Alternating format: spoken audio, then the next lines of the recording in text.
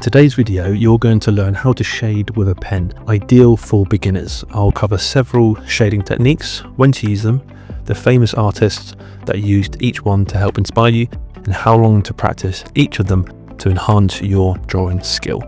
Stick around for 5 action tips at the end of this video to further level up your drawing game. Stippling uses dots placed at varying densities to create shading and texture. This technique is great for adding depth to areas like shadows or textured surfaces. The closer the dots, the darker the tone. The further apart, the lighter. I would suggest you draw a simple object like a circle and applying this method.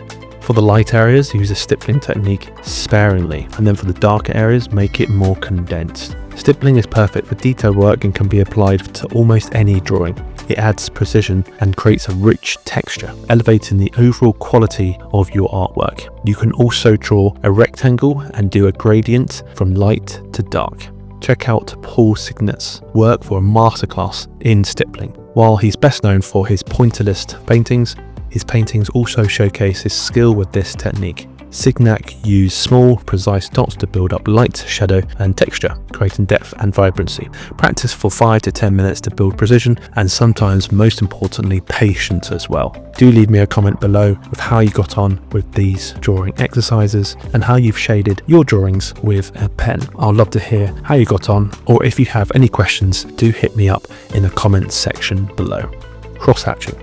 This is the most common of shading techniques. Cross-hatching involves layering lines vertically, horizontally and also diagonally. Again, it's ideal for a lot of drawings and I use this technique the most out of all of them. Use single hatching for light areas, double for midtones and 3 to 5 levels of hatching for your darkest areas. Perfect to offer a textured or dramatic effect like fabrics or architecture, for example. Take a look at Rembrandt's drawing to see how he used cross-hatching within his work. You can practice this by simply drawing a 3D box and applying this technique. Make one side light using single hatching only, one side medium using double hatching, and then one side darker using multiple hatching. What sort of different boxes can you create? I would recommend spending 5 to 10 minutes practicing consistent spacing and varying line pressure for tone variation.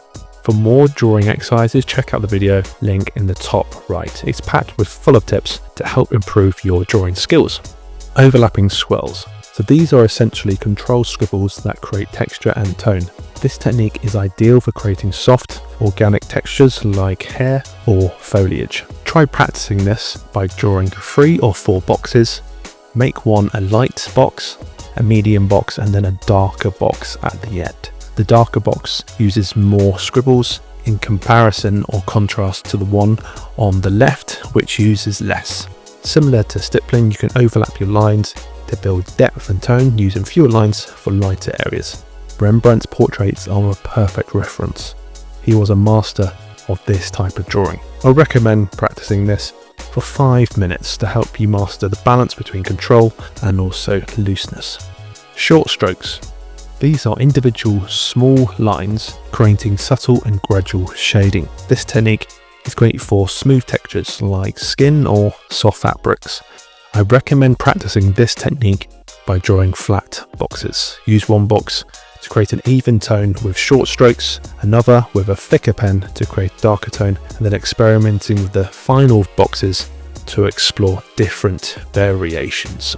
I would suggest going from light to dark, so do one box at a time and then come back to the second one. So go 1, 2, 3, 4, 5. That's all one tone shaded. And then go from 2 to 5, 3 to 5, 4 to 5, and then 5. Then you should be able to see the tone change from one box to the next. For inspiration, check out Peter Paul Rubens' master drawings. Observe how he skillfully uses short strokes to build rich, layered tones within his work. His human drawings are out of this world. I recommend spending 5 minutes to refine your stroke length and direction.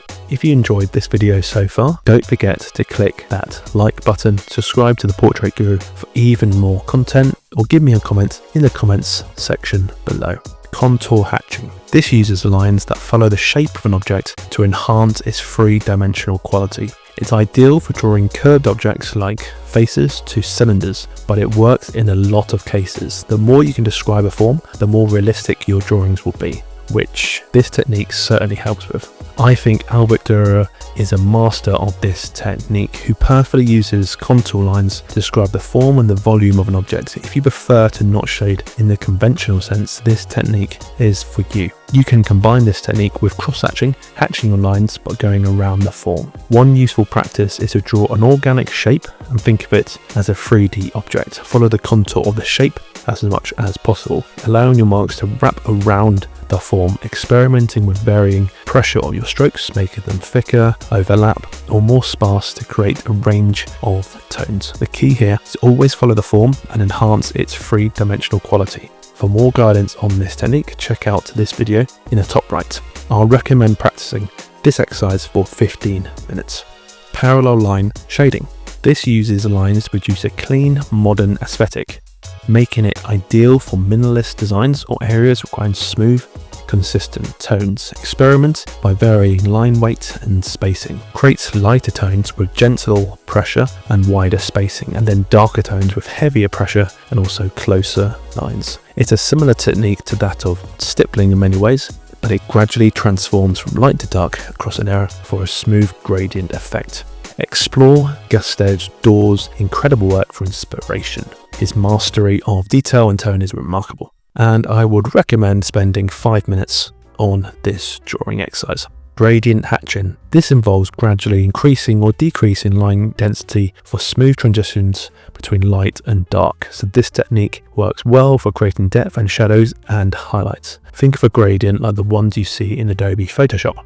Draw a rectangle about 10 centimeters wide and 2 centimeters tall. Divide into 5 equal sections by lightly marking vertical lines. In the first box, use even spaced, very light hatching lines. Focus on maintaining consistent pressure and spacing. Move on to the next section and slightly increase the pressure and reduce the space in between lines. Continue this process in each section, progressively adding more pressure and layering lines make the tones darker. Step back and assess if the transition appears smooth. Adjust by adding strokes in areas where the gradient feels abrupt. Repeat this exercise with different hatching directions, so maybe horizontal, diagonal, or curved to improve control. I'd recommend practicing this for 10 to 15 minutes to help you master consistency and smooth transitions. Again, look at the stunning work of Albrecht Dürer. He uses this technique excellently in his work, amongst the other techniques I've already shared in this video.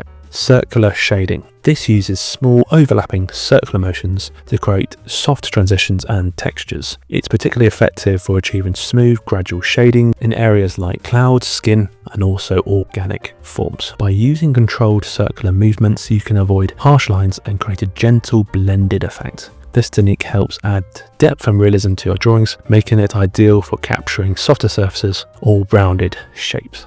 Start by sketching a basic leaf outline on your paper. It can be any type of leaf, but for simplicity, a basic oval or teardrop shape works well. Determine where your light source is coming from. For this exercise, place it in the top left corner of your paper, so the top left of the leaf will have the most light. Starting on the darker side of the leaf, the opposite side of the light source, use small overlapping circular motions to add shading.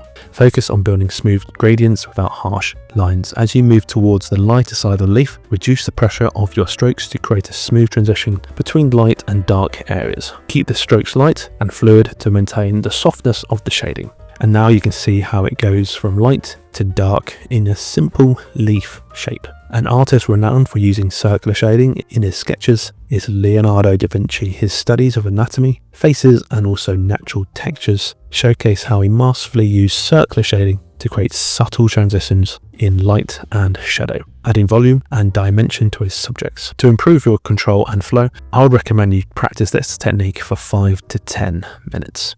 And then last up is feathering. So this focuses on using light, tapered strokes to create a smooth transition between tones, ideal for blending or softening edges. So start by pressing semi-hard at the beginning of the stroke, then gradually ease the pressure as the line tapers off. Experiment with variations such as transitioning from light to hard pressure or alternating between light and hard strokes to create a dramatic effect. A master of this technique is Norman Rockwell. In his illustrations, he often used feathering to blend skin tones and fabrics, adding depth and realism to his portraits. This method is particularly effective for shading delicate features like hair or soft transitions in other areas. To practice, dedicate a sketchbook page to exploring different feathering marks. Try clustering strokes for darker tones or space them out for lighter shading. Spend 5 to 10 minutes focused on stroke consistency and pressure control to refine your technique. So here's some pro tips to keep in mind while shading with a pen. Number 1 is maintain consistency by sticking to a single shading technique per drawing. Mixing multiple methods can make the artwork appear cluttered and confuse the viewer. So if you're doing a drawing with cross-hatching, just stick to cross-hatching. Experiment with pen pressure to add variation to your shading techniques. Start with small practice drawings in your sketchbook before refining them into your final artworks. Use high quality pens with consistent ink for better results. And then be consistent with practicing these techniques until you feel confident incorporating them into your final artworks. With consistent practice and patience, these techniques will become second nature.